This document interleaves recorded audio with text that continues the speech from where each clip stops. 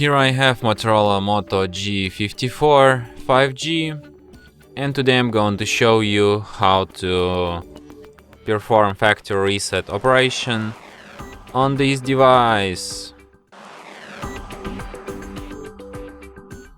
So firstly you should open settings, then you should go to system section, select reset options, then select erase all data factory reset and tap erase data, and then once again, and after that the device will be restarted in about a minute or two.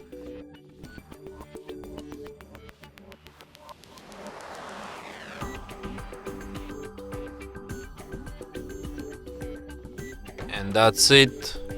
Thanks for watching. If you find this tutorial useful, don't forget to hit that like button and subscribe to our channel.